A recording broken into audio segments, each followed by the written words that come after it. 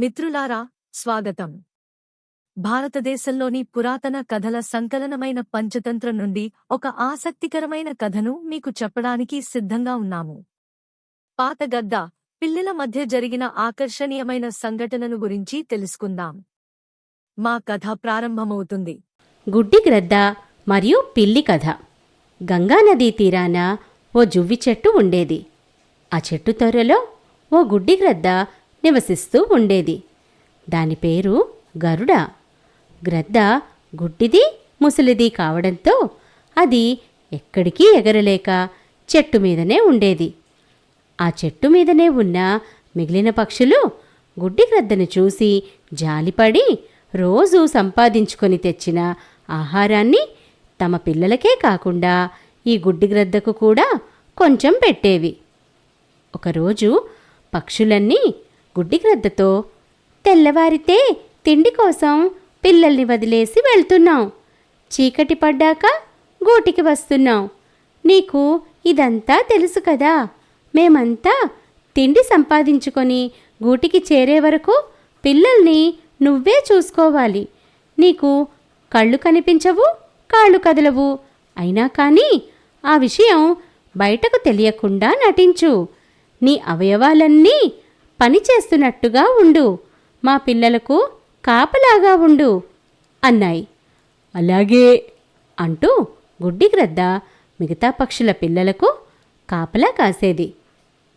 చెట్టు మీద గూళ్ళలో పక్షి పిల్లల గోల విని ఒక పిల్లి ఆ చెట్టు కిందకి వచ్చింది. లేత మాంసం దొరికింది, ఈ పక్షి పిల్లల్ని తినాలి అనుకుంటూ ఆ పిల్లి మెల్లగా చెట్టెక్కుతుంటే పిల్లిని చూసి పక్షి పిల్లలు అమ్మో అమ్మో అంటూ గోలగోల చేశాయి. ఆ గోలకి ఏదో ప్రమాదం జరుగుతోంది అని గ్రహించి గుడ్డిగ్రద్ద ఎవరది అని గట్టిగా అరిచింది. ఆ అరుపుకి పిల్లి చాలా భయపడింది. గ్రద్దను చూసి వణికిపోయింది. అలా వణకడంతో పిల్లి చెట్టు మీద నుంచి కాలు జారి కిందికి పడిపోవాల్సిందే, కానీ కింద పడకుండా చెట్టు మీద బాగానే నిలబడింది. పక్షి పిల్లల్ని తినాలి అన్న ఆలోచనలో నేను గ్రద్దని చూడలేదు. ఇప్పుడు గ్రద్ద నాకు చాలా దగ్గరగా ఉంది. ఈ గ్రద్ద నుంచి తప్పించుకోవడం చాలా కష్టం. ఇప్పుడు ఏం చేయాలి అని రకరకాలుగా ఆలోచించింది పిల్లి. చివరికి ఇలా అనుకుంది, నా ప్రాణాలను కాపాడుకోవాలి అంటే గ్రద్దకు మాయమాటలు చెప్పి నమ్మించాలి, లేదంటే నాకు ఈరోజు చావు తప్పదు అనుకుంటూ గజగజ వణుకుతూ గ్రద్ద దగ్గరకు పిల్లి వెళ్ళింది. ఎవరో వచ్చి తన ఎదురుగా నిల్చున్నారని గ్రద్దకి అనిపించి, ఎవరు నువ్వు అని అడిగింది. అయ్యా, నేను పిల్లిని, నా పేరు కర్ణం అని చెప్పింది పిల్లి. పిల్లివా, నీకు ఇక్కడేం పని? నువ్వు ఇక్కడి నుంచి వెళ్ళిపో, లేకపోతే చంపేస్తాను అంటూ పిల్లిని భయపెట్టింది గ్రద్ద. అనవసరంగా చెట్టెక్కాను అనుకుంటూ పిల్లి ఇలా అంది, నేను ఒక పని మీద ఇక్కడికి వచ్చాను, నాకు మీతోనే పని ఉంది, మీరేమో వెళ్ళిపోమంటున్నారు, వెళ్ళకపోతే చంపుతాను అంటున్నారు, ఎలా ఇప్పుడు అంది పిల్లి. నాతో నీకేం పని అని అడిగింది గ్రద్ద.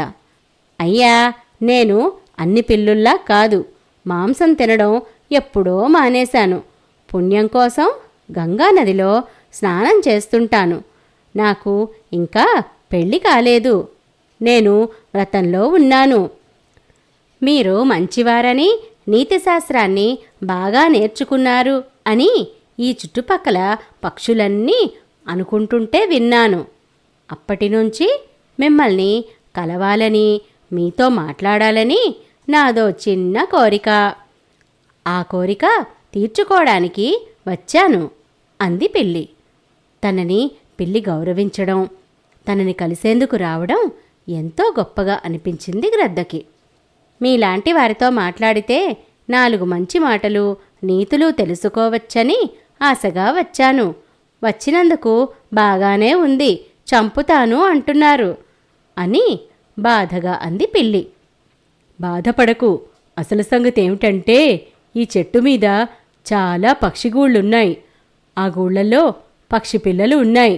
పక్షి పిల్లలంటే పిల్లులకు ఇష్టం కదా.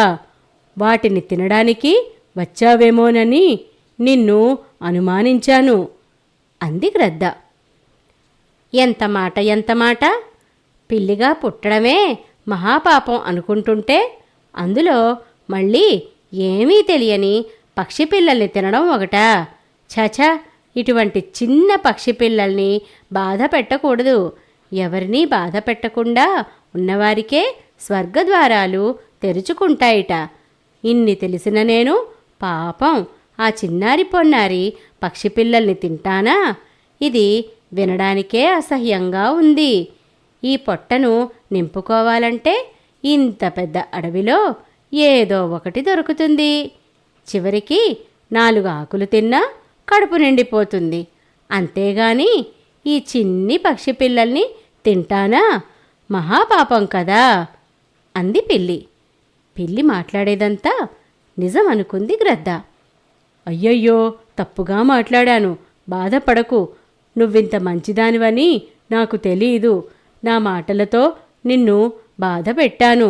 తప్పు నాదే, నన్ను క్షమించు. ఈ రోజు నుంచి మనం ప్రతిరోజు కలుసుకుందాం, కబుర్లు చెప్పుకుందాం అంది గ్రద్ద. పిల్లి కూడా ఆ మాట కోసమే వేచి చూస్తోంది కాబట్టి సరే అంది. అలా కొన్ని రోజుల తర్వాత గ్రద్ద పిల్లి మంచి స్నేహితులైపోయాయి. నిన్ను విడిచి నేను ఉండలేను అని గ్రద్దతో అంది పిల్లి. అయితే నాతోనే చెట్టు త్వరలో ఉండిపో అంది గ్రద్ద. పిల్లి కూడా ఆ మాట కోసమే వేచి చూస్తోంది కాబట్టి మళ్ళీ సరే అంది. అక్కడే చెట్టు త్వరలో ఉండిపోయింది. పిల్లి గ్రద్దకు తెలియకుండా ప్రతిరోజు చెట్టెక్కి పక్షి పిల్లల గొంతు కొరికి చంపి తొర్రలోకి తెచ్చుకొని తినేది. ఆ పిల్లి ఆకులు తింటోందేమో అనుకునేది కళ్ళు లేని గ్రద్ద. కొన్ని రోజుల తర్వాత పిల్లలు మాయమైపోతున్న సంగతి పక్షులు తెలుసుకున్నాయి. పిల్లలకి రెక్కలు కూడా రాలేదు ఎగిరిపోవడానికి. గూటిలో నుండి కింద పడిపోయే అవకాశం కూడా లేదు. అసలు పిల్లలు ఎలా మాయమైపోతున్నాయి అని పక్షులు ఆలోచించాయి. పిల్లల కోసం వెతకటం మొదలుపెట్టాయి. పక్షులు పిల్లల కోసం వెతకటం పిల్లి చూసింది. ఇంకా ఇక్కడ ఉండటం మంచిది కాదు అనుకుని అక్కడి నుంచి పారిపోయింది. పక్షులు పిల్లల కోసం చాలాసేపు వెతికిన తర్వాత పిల్లల ఎముకలు గుడ్డిగ్రద్ద తొర్రలో కనిపించాయి. వాటిని చూసి పక్షులు చాలా బాధపడ్డాయి.